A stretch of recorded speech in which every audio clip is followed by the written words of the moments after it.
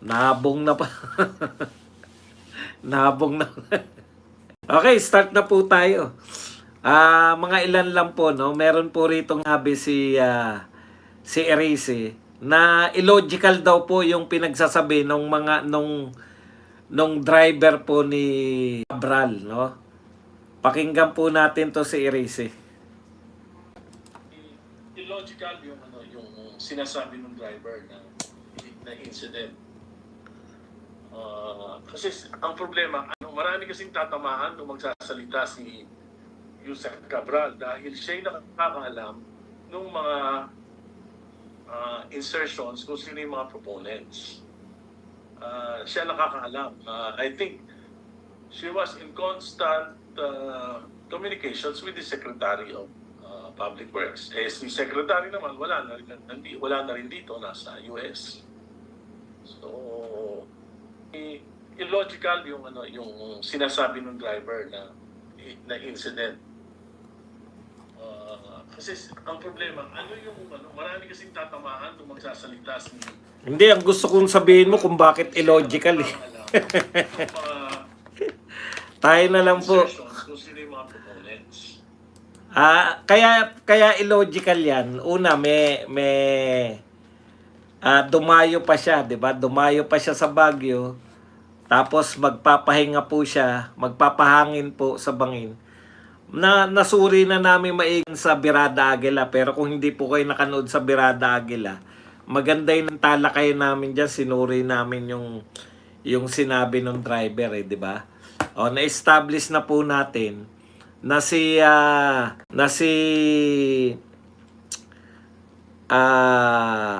Yusek Cabral po, may fear of heights. Alam nyo po, yung may mga fear of heights, talagang malulain po yan. Hindi po yan tatambay sa gilid ng bangin. Ikalawa, di ba? Nasita na kayo dahil gusto raw lang tumambay ni Yusek Cabral doon, nasita na ng pulis. Tapos bumalik pa. Ay, kumain muna. Tapos nag-hotel. Tapos bumalik uli doon sa may bangin na sinita sila, no? Pagkatapos po, iniwan niya.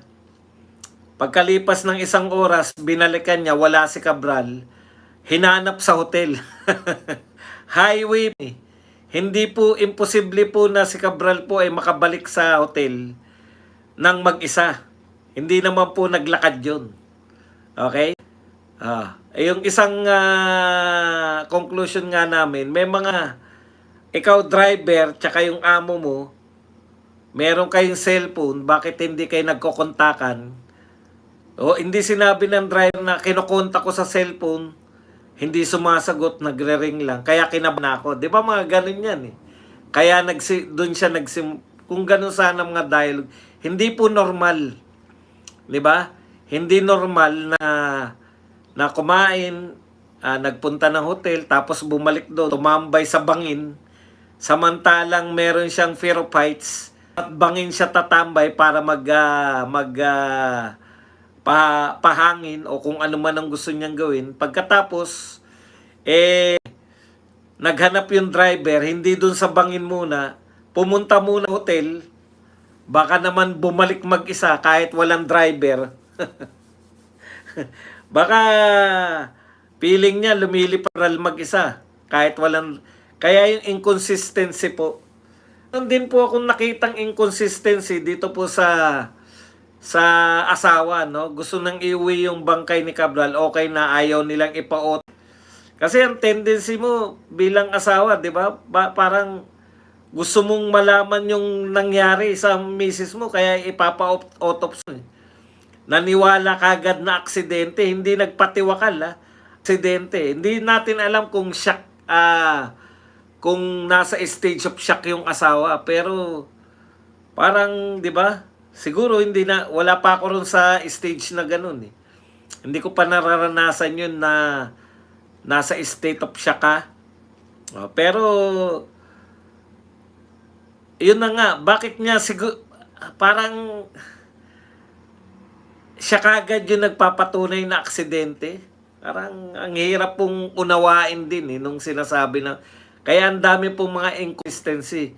Ngayon po, pag hindi po naayos yung magiging paliwanag ninyo, no?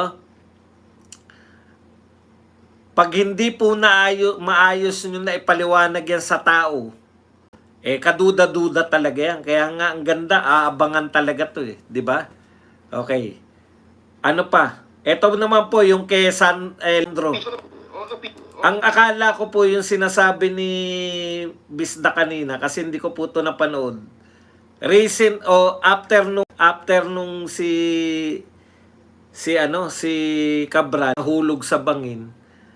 Kaya lumantad si Leandro na sinasabi niya na merong computer na nawawala. O hindi ko po alam kung ito kasi December 21 to eh. So before po to, before. Pakinggan po natin, nag-guest po si Leandro Libiste sa Saganang Mamamayan. Siguro naman hindi ako kakopyright ng Saganang Mamamayan. Saglit lang naman to. Eto po. Pakinggan po natin. Official document ba ito? Opo, ito po ay internal file mula sa opisina ni Undersecretary Cabral. At actually, akala ko may kopyan ito ang ICI. Opo. Pero bumisita din ako sa ICI ngayong linggo at nalaman ko na nawala pala ang mga computer. Wow! Ni Yusek Cabral. Crap. So, 21 pa lang, hindi na po Yusek Cabral nito, no? Nung November 21, alam ko nagbitaw na siya sa hindi ko alam kung nagbitaw siya o tinanggal. Kasi November na yan, nung pumasok si Vince Dizon, alam ko tinanggal na sila eh. Hindi ko lang alam kung kusang umalis si Cabral. Yun yung problema dito ang may kasison. Di na siya pwede magsabi dito na kay Bunuan pa rin. Kasi wala na si Buno. Hindi ko alam kung November na wala na si Bunuan, 'di ba? November. So nawawala. Ang linaw nung sinabi ni Congressman Libiste, nawawala na tong mga computer ni Cabral. Hindi po yung personal na computer, yung computer po ng kanyang opisina. Sige, ulitin lang natin ng konti yung sinabi ni Kong Neon para masimulan lang. Nawala pala ang mga computer. Wow! Yusek Cabral. Crap. Kaya, palaman natin ang mga proponent ng mga insertion sa budget, maganda sana kung ibigay ng DPWH sa ICI ang files ni former Yusek Cabral. Yung opisina ni Yusek Cabral ang may pinakamaraming impormasyon tungkol sa DPWH budget. Yung kasing opisina. Tignan na sabi, no? Hawak po yan ng DPWH, yung computer. Hindi po hawak ni Cabral kasi official po yan eh. Official po yan na, kaya po, pag hindi po na-produce to ni damay na po siya rito. Ibig sabihin, siya na po yung secretary nung nawala tong mga computer na to, nawala tong mga data na to. Kung wala na po silang mga data, di ba? Kung wala na po silang pinangawakan na material evidence, yung ano na lang po, yung testimonya ni Cabral na lang sana. At tsak na tsak yan. Meron po si Cabral na hawak, personal. Kasi alam niya, nanganganib na yung buhay niya. Hindi naman bobo yan. Matalino po yan eh. Si Saldi ko nga, di ba? Meron na siyang mga video, meron na siyang mga picture. Just in case, di ba? Na siya po ay tablahin. Meron na po siyang mga ebidensya. Malamang si Cabral, nagtago yan. No? Pero, matindi po ito na to ni Leandro Libiste kasi talagang matindi po yung pinanghahawakan ni Cabral. Susundan pa po yan nito ni Senator Marcoleta. Ni Yusek Cabral, ito yung planning services. Sa planning services na yan, lahat ng applications hawak niya eh. So meron siyang information management system, nandyan yung PCMA, nandyan yung PS, nandyan yung Survey 123. Alam mo, lahat ng repository ng data nandun sa services na yun. Kaya tama yung kanyang, at ako natutuwa, nakakuha siyang ganyan bago resign yung undersecretary.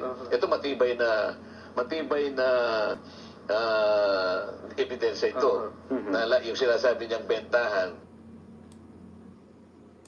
Di ba? Mabung nakakuha si Leandro Libiste. Yan yung sinasabi natin na maagap, daig na maagap. Kasi kung wala na pong patutunguhan. Pero yun po, yung hawak po ni Libiste ngayon, yan na po ang pwede talagang maging ano na yan. Hanapin dapat ng DPWH. Kasi pag una yan dapat yung ginawa ni Vince doon bago siya magpupuputak, bago siya mag-iikot sa Davao, dapat ang trinabaho niya, sinecure niya lahat ng mga computer, sinecure niya lahat ng mga pwedeng ebidensya. Kasi magiging bahagi po siya bang araw si Vince Dizon, kaya ang lalabas niyan, kaya siya nilagay diyan para wasakin lahat ng ebidensya. Pag nawala yan sa panahon niya, talagang kasabwat niyang kahit na mukhang bait-baitan, mukhang bait-baitan lang talaga. Okay? Punta na po tayo rito sa pinakamalaking usapin ng panahon natin ngayon. Maaaring marami na nagbalita sa inyo nito, pero maganda po yung take ko rito. Ito po yung medical panel ng ICC ay nagsabi po na si Pangulong Duterte I can stand pre-trial, no? Pwede po siya, kaya po ni Pangulong Duterte na mag-stand. Ito talaga sagadsari na po tong ICC talaga na wala ng fairness. Kasi alam niyo po, hindi pa po nakukulong si Tatay Digong yung panahon po na umaattend po kami ng mga maisog rally. Kita na po namin kung gaano kahina si Tatay Digong. No, tapos instance pa po na habang nag-i-speech siya, talagang nawala po na siya na, yung wala nang sense yung sinasabi niya, nagmumble na po. Kaya talagang may tama na, aminin man natin, maaaring sa katangan o maaaring sa pressure ng pagiging presidente, nangyari na po kay Tatay Digong, hindi na po talaga siya fit, no? Kasi hindi niya na po sabi nga ni Kaufman, hindi na kaya ni Pangulong Duterte na yung dumaan sa utak niya yung maraming ebidensyang ibabato sa kanya sa trial. Yung 5 years ginawa ng prosecutor para maghagilap ng ebidensya laban kay Tatay Digong, hindi niya kayang sagutin yun ng talagang yung sane, yung talagang yung normal ang pag-iisip. O kaya pipilitin po nila na mag-trial pa rin. Kasi dapat yan, kung mapapalabas po nila na hindi na po kaya ni Tatay Digong yung mag-trial, bakit pa po siya ikukulong dun? 'Di ba? Kailangan nang i-release yan dahil wala nang kakayang i-subject yung sarili niya sa trial dahil sa katandaan o mental capacity. Hindi po natin minamaliit yung kakayahan ni Tatay Digong, no? Pero ano po yung ito po, nagdadagdag po ng usapin tong mga prosecutor Kaya malang yan sa inyo na kayo gawing wanted ng Russia Gaba sa inyo yan. Karma nyo yan. Alam nyo sinasabi, mababa po ang nakuha, pinag-test po si Tatay Digong, di ba? Mental. Hindi po natin alam kung paano po tinetest yung mental. Hindi naman po tayo psychologist o psychiatrist. Ito daw mga medical expert ng ICC, pinag-test si Tatay Digong, consistent po na mababa. Mababa po yung resulta ng mga exam ni Tatay Digong. Ibig sabihin, kung tayo po ang simpleng magano, mababa pala di ibig sabihin niyan, hindi niya kaya nasagutin ng maayos yung mga binibintang sa kanya. Hindi niya kayang i-subject siya sa masyadong anong tawag to? Pressured, rigorous na trial. Mahirap po yan. Baka tagang bumigay na po yung katawang lupa ni Tatay Digong.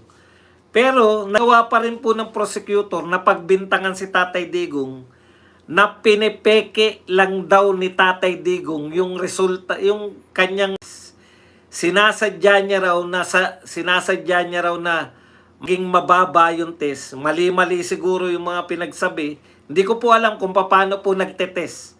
Para may mga binigay dito nga, hindi ko rin naman maintindihan. Nagbibigay sila ng mga senaryo.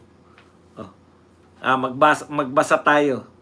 So, pinipeke raw ni Tatay Digong.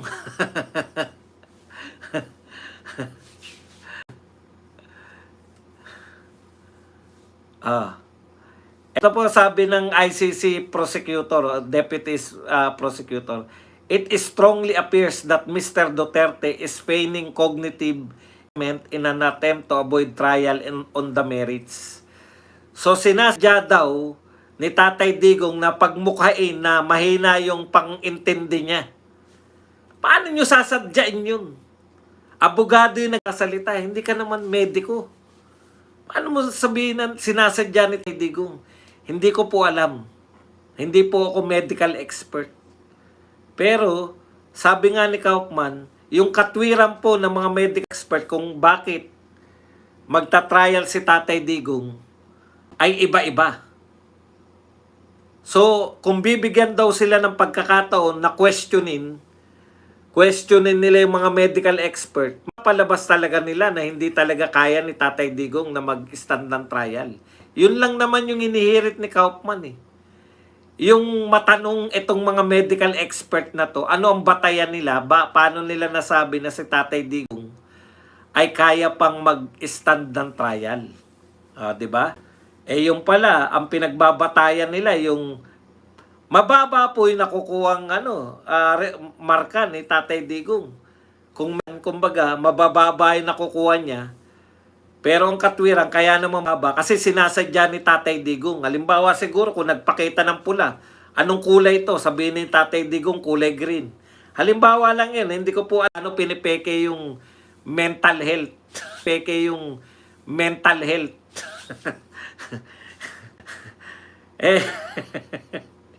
Pwede rin naman. Pwede rin naman. Alam niyo po, hindi niyo po masasabi. Pero talo yan lagi. Talo po yung prosecutor dyan, talo po yung ICC. Kasi pag trinayal yan, malamang yan, live yan, di ba? Kasi yung mga pronouncement nila, mga live. Malamang yan, pag trinayal yan, naka-live. Makita po ng tao. Dalawa po yan eh. Kung talagang hindi kaya ng utak ni Tatay Digong, mahihirapan yung ICC kung naka-live si Tatay Digong. Mahirapan yung ICC, paano nila mapapaliwanag na yung isang tao na halos na nabubulol sa pagsagot ay mag-i-stand ng trial. Isusumpa sila ng mga human rights group sa buong mundo. Sa bagay, hindi. Mga sotil yan yung mga demonyo. Ito pong mga ICC, hindi na po kayo mga tao. Pag tinuloy nyo po yan, hindi na kayo mga tao, mga demonyo kayo. Mga demonyo, may araw din kayo na yung karma, dumating na agad. Ang tuwa ko lang pag pinaghuhuli kayo. Yung nagkaroon ng operasyon, parang yung US, nagkaroon sila ng operasyon kay Bin Laden. Yung ba na kunin kayo talaga ng Russia, dyan sa dahig. Ang tuwa ko lang. Dahil hindi na kayo mga demonyo na kayo, mga demonyo. Ang tahanan ni Tatay Digong. Alam niyo po, kunan lang po ng video si Tatay Digong na maglakad lang. Mula selda niya, papunta ron sa court. Ewan ko lang kung hindi maaawa yung mga tao. Yung walang aalalay sa kanya. Hindi na kaya ni Tatay Digong yun. Yung maglakad lang nga ng ganun, hindi na kaya eh. Paano pa magta-trial yan? Nakita po namin sa isang yan eh. Walang volume. I-volume nyo na. Mute? Paano nangyari yun? Nami-mute pala to. Kanina pa ba? Puti, ibig sabihin 20 minutes ako nagsasalita rito na walang audio. 20 minutes ako nagsasalita, wala palang audio.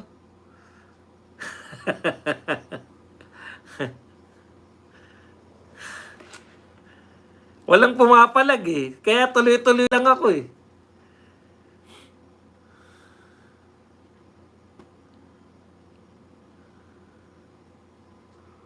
Oh, naman daw. Kayo po ang tignan nyo, baka kayo po yung nakaano. Baka kayo po yung medyo ano. Oh, meron daw pong audio eh. Pakilakasan nyo lang po, baka kayo nakapahin. Okay. So, tuloy na natin. Hindi naman daw nawawa. Baka hindi nyo nakabit yung yung hearing aid nyo po. Baka hindi nyo, katako yan eh, pag wala talaga audio. Lahat magsasabi. 20 minutes no eh, na nagsasalita. Okay. Balikan po natin. Ano ngayon, ito ang question, di ba? Ang question natin dyan, paano kung nag-trial, tapos naka-live, nakita talaga ng mga tao, na halos hindi na makapagsalita si Tatay Digong, nabubulol na, tapos hirap na magsalita o kaya inaantok, nakakatulog habang siya ay on trial, di ba? O di pahiya sila. Ganito naman ang sitwasyon. Akala nyo ba yun ang gusto namin? Mas gusto namin si Tatay Digong na kaya niya pang magsalita. Bakit? Wala kayong lusot eh. Pag nagsimula po yung trial, wala kayong lusot. Kahit na kayo ay, kahit na yan ay si Tatay Digong, ano man ang kalagayan niya, kung si Tatay Digong hindi na po makapagsalita halos at hindi na siya makaintindi, kawawa kayong ICC. Kasi pinapilit ninyo, yung medical expert ninyo, palpak. Talagang makikita ng tao na kayo ay bayaran. Paano naman kung kaya naman ni Tatay Digong makapagsalita, etc. Kawawa rin kayo. Kasi kayang-kaya pong ipaliwanag sa mundo. Halimbawa po, si Tatay Digong may kakayahan. Yung mga pagkilos lang ang hindi normal, pero yung speech niya tsaka yung kanyang utak normal. Yari din kayo. Kayang-kayang ipaliwanag ni Tatay Digong sa buong mundo na siya ay kinidnap, na siya po ay hindi ng fair trial, ng wala po siyang wala na pagharap sa kanya sa local court. Masisita niya po na yung mismong ICC ay lumalabag sa regulasyon nila. Kaya walang lusot ang ICC pag nagsimula po ang trial. Either si Tatay Digong ay walang kakayahan, pero pinilit nilang sabihin na may kakayahan, lalabas po yan. Kung totoo pong kaya ni Tatay Digong na makapagsalita maayos, yari pa rin sila. Kasi grabe po, kaya po silang sitahin, kaya po silang sabihan ni Tatay Digong yung sinasabi niya nang hindi pa siya nakukulong sa ICC. Sa tingin nyo ba ngayong kinulong siya, hindi niya sasabihin yun?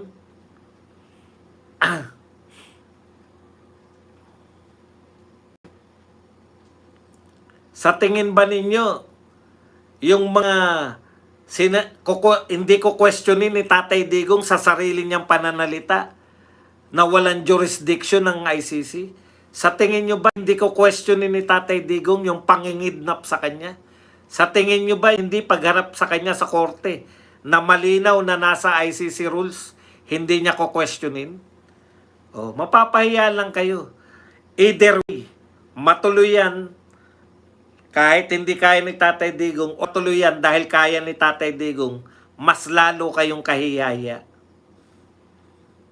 Baka ang epekto pa niyan, di ba? Sikat si Tatay Digong. Ang epekto pa niyan, pati po yung inyong mga contributors, yung nagbibigay po ng donasyon sa inyo. Tigilan na yung pagbibigay sa inyo ng donasyon. Kasi, sotel kayo. Hindi na kayo mga makatao, mga makademonyo na. Gusto ko lang ulit-ulit yung makademonyo. Pero ang pinakamalupit po, na nakita ko ngayon dito, di namatay na si Cabral. Ibinabalik nila ngayon yung mga testimonya ni Cabral na pinatototohanan na mayroon pong budget yung distrito ni Pulong, yung 41 billion. Ipaliwanag lang po natin 3 years po yan. At saka ang dami na pong nagpunta sa Davao kung totoo po yan. Alam niyo po, hindi naman po eto sino po ba tumututol sa mga proyekto? Kung magkaroon po, nalilito na po ang tao, ang gagaling manlito ng mga hinayupak na yan. Wala pong masama na magkaroon ka ng proyekto. Kaya po natin, problema tayo sa flood control project. Wala pong problema na may flood control. Ang problema po natin sa flood control, hindi po yung binadgetan ka ng flood control. Flood control nga pipigilan mo nga yung pagbaha. Di ba? Anong problema natin sa flood control? Hindi po yung mismong gumawa ka ng flood control project. Ang problema natin sa flood control project, ghost at saka substandard. Kaya pumutok yan dahil ghost project. Zero. Walang nakita. Binulsa lang. Ano ba bintang ni Cabral kay Pulong sa Davao? Sinabi ba ng DPWH na may ghost project? Wala. Sinabi ba ng DPWH na standard? Wala. Wala pala eh. Kunwari, alam niyo po, nakakatulong po sa ekonomiya lahat ng mga proyekto, lalo na po yung proyekto sa infrastructure. Nakakatulong po yan sa ekonomiya. Kaya po tayo may flood control kasi walang tinayo. O kaya substandard, kaya pag umulan, wasak agad. O kaya nagtayo, hinabol lang yung pera, kahit hindi kailangan, hinabol yung pera, hinabol na makapagpatayo para sa pera. Walang plano. Kaya imbis na makatulong yung ibang role, sila pa'y nagiging dahilan ng mga pagbaha. Nilalabas po nila, ayon kay Cabral, putya, tinignan ko yung petsa September pa Sir, 2025 pa.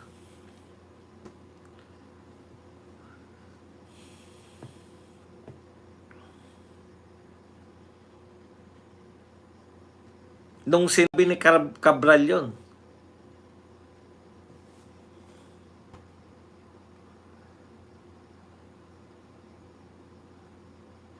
Tita Alice, ikaw lang po nagsasabi na nakamute ako Tignan lang po kung hindi nyo po tignan nyo po yung inyong volume. Kasi wala pong iba nagsasabi na nakamute ako, Tita Alice.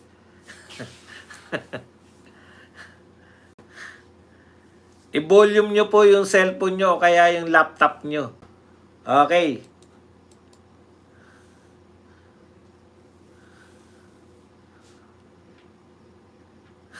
Bakit kayo nagsasabi? Meron Siguro tawa sila ng tawa. Ayan, naano na natin. Nalito na natin si bot nyo.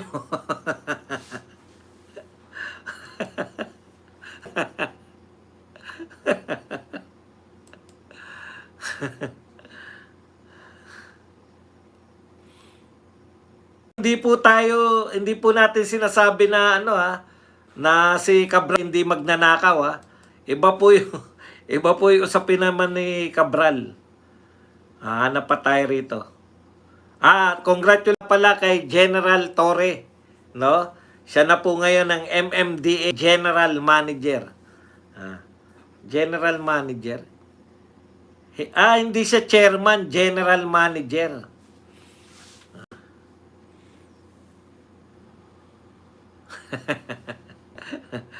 Ito po, Yung pong kay BP, napapansin niyo po ba?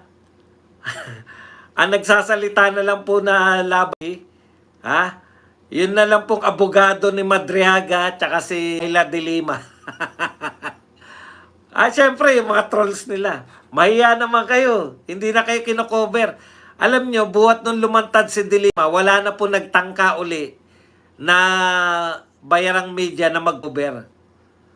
No? Wala na pong nagtangka muli na i-cover yung bintang nila kay BP Sara na involved dito kay Madriaga. Kasi lumantad si de Lima, Lima lang pala yan. De Lima, ganun katindi yung power mo, no? Hindi ka na pinaniniwalaan. Nalaman na nagsalita ka pabor kay Madriaga, wala na po cover. Hindi ka naging distraction. Hindi ka naging distraction. Okay. Gusto ko nga maluin yung trial talaga eh. Kasi gusto ko mapahiya itong mga prosecutor eh.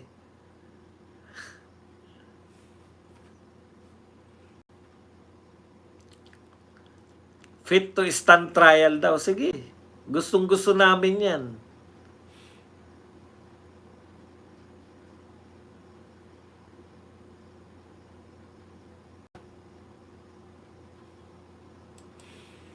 Grabe,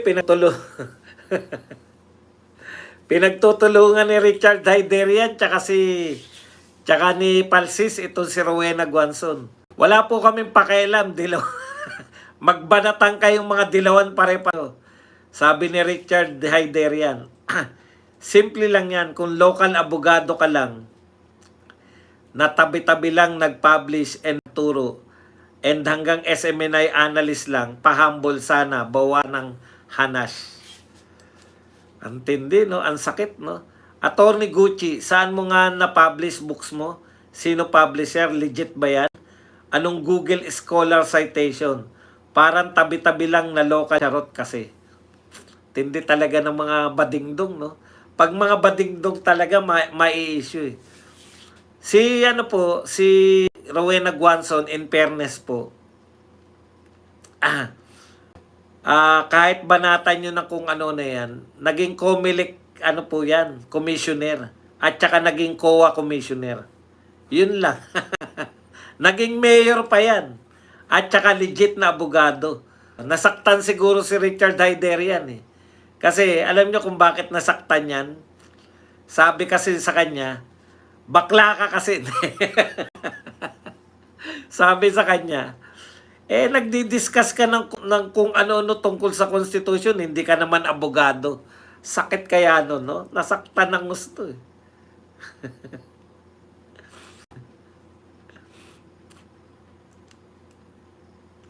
Okay, eto pa po.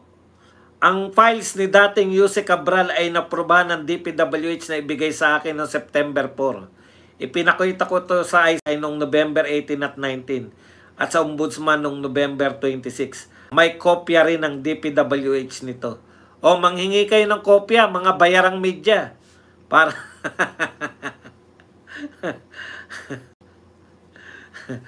At eto pa po ang isa pang pinagmamalaki nila. Sa panahon lamang ni PBBM na ibalik sa kaban ng bayan ang mga ninakaw na pera. Tama naman kayo. Sa dami na magnanakaw at sa dami na ninakaw, binalikan kayo ng barya, tuwan-tuwa na kayo. Alam nyo kung bakit wala kay Tatay Digong na nagsosoli ng 100 million, 40 million? Wala na kumpiska na kasindami na sasakyan ng mga diskaya? Takot mga magnanakaw nung panahon ni Tatay Digong. Proud na proud pa kayo. Proud pa kayo na yan namin po yan, nalagana pa nakawan. Yung 100 million na isusuli, putya talagang ano na yun, di ba? Napakalaki na nun. Ulan nga ni Tatay Digong, ipapakain sa inyo yung pera, yung pastillas eh. Magno ba yung laki ng pastillas? Gaano ba kalaki yun? Siguro pinakamalaki na 10,000 dun. Pero tignan nyo po kung paano magalit si Tatay Digong. ipakain ko sa inyo yan. Halagang 10,000 lang yun. Yan pa, bilyon-bilyon. Hindi po aabot ng ganyang kalalaki ang nakawan nung panahon ni Tatay Digong.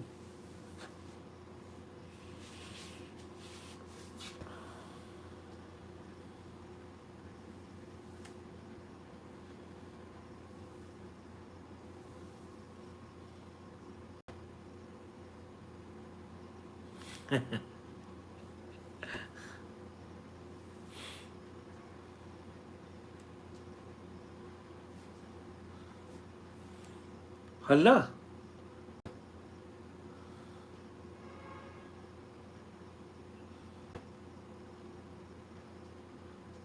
Tumambay talaga pala. Picture pa si Cabral.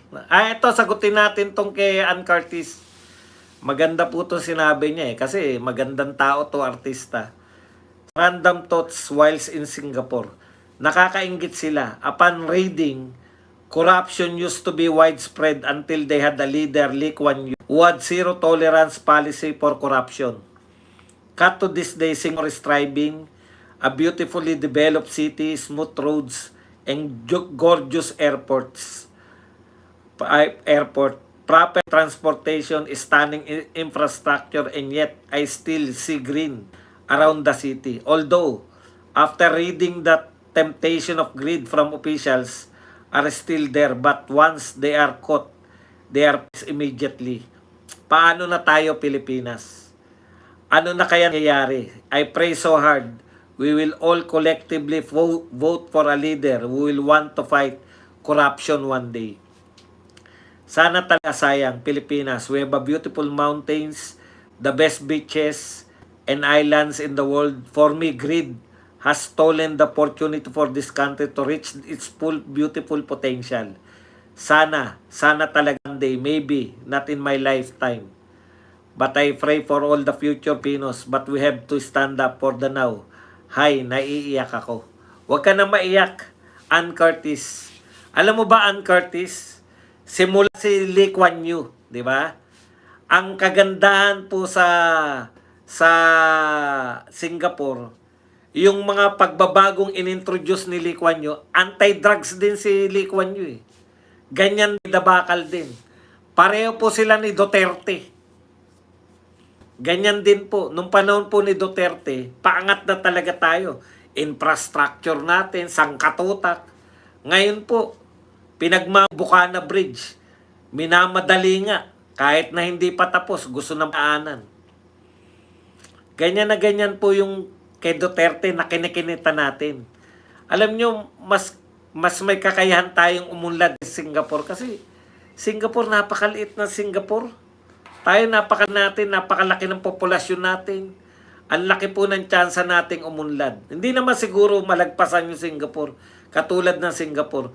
Kaya natin yung ginawa ng Singapore. No nonsense. Bangga sa mga magnanakaw sa gobyerno. Pag ganito po, tignan, ang tingin nila, yung ginagawa ni Kaufman na pagtatanong kaso sa ICC, dinidelay ni Kaufman yung kaso ni Tatay Digong. Pero dito po, hindi, yung mga nagsasabi po na dinidelay lang, yung mga Duterte, dinidelay lang daw nila yung pagkakaso kay Tatay Digong. Huwag po kayong mag-alala, lagi po kayong ganyan no?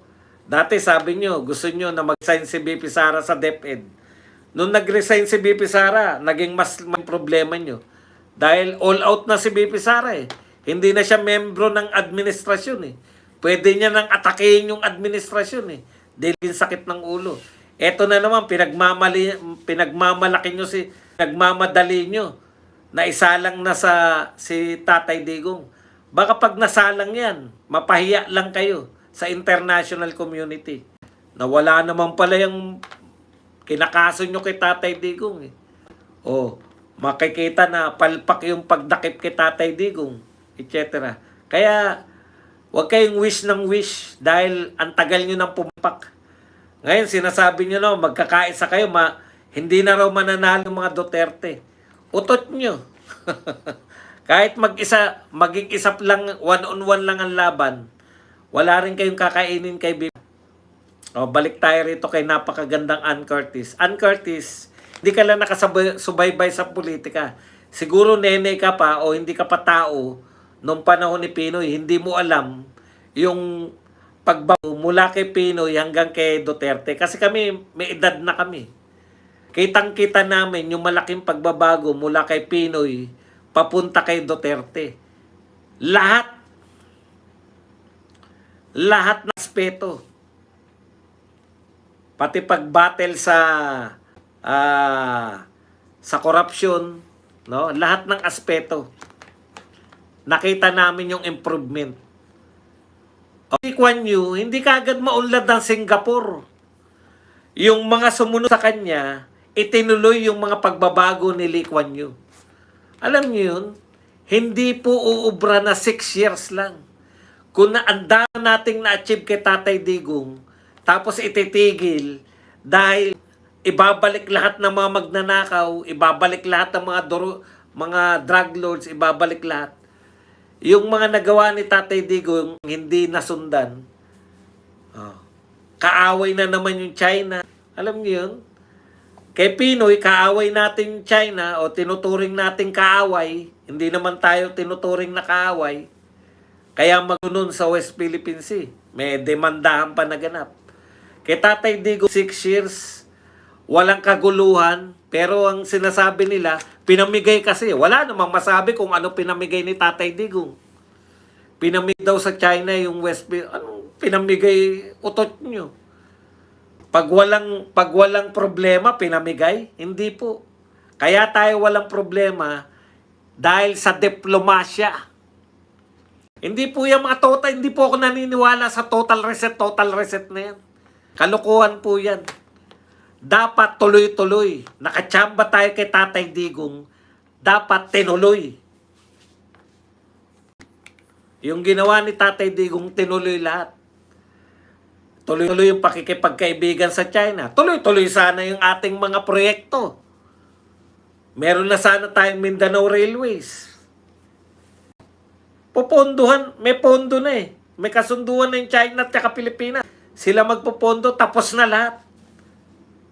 I-ano na lang, i-implement na lang. China. Ayaw ko po nung ginagawa ng China sa ating mga mangisda. Kasi yung mga yan, tokes lang eh. Once nakampihan mo yung China, si BBM nga, nakipagkamay pa eh. Kay Xi Jinping, ako hindi nakikipagkamay. Sino sa amin na mas pro-China? Kung yan lang ang batayan nyo. Ang point lang dito, tinuloy nyo sana yung ginawa ni Tatay Digong. Tinuloy-tuloy nyo yung paglaban sa mga insurgent. Sana yan. Tinuloy-tuloy ninyo. Tinuloy-tuloy ninyo yung... Hindi, 1990 ka mo, di ba? O, 1969 to 1990. Siya Prime Minister. Eh, yung sumunod, 2026 na, 2025 na tayo ngayon. Ang layo na po ng 1990. 2025 na tayo ngayon. Ang point ko lang, tinuloy-tuloy nila. Yung repong 1965, tinuloy-tuloy. Eh tayo, kada 6 years, pucha, bagong presidente, ang ganda na ng mga ginawa ni Digong. Tumakbo pa, tutuloy namin. Wala rin. Iba pala yung tinuloy. Iba pala yung tinuloy. Saan ka nakakita matino ba yan? Pucha, pinagmamalaki. Pwede na po kayong umutang sa SSS. Siya pa nag-announce eh. Dahil wala pong proyektong maipagmamalaki, pinagmalaki na lang na pwede kayong umutang. Nakakatawa, di ba? Proyekto yun. Ikaw lang ba ang presidenteng una nakautang ang ano? Ikaw ba ang presidenteng una nakautang ng mga SSS member sa SSS?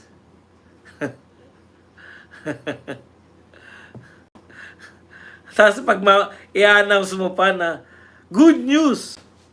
Pwede na kayong umutang. Achievement ba yun? Sa kawalan nga ng achievement, yun na lang, pinagmamalaki.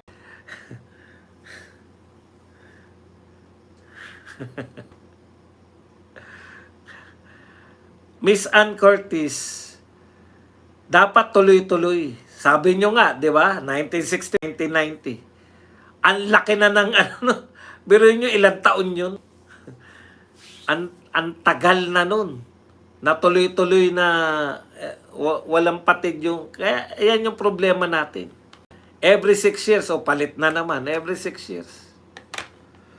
Yun, Ann Curtis, may chance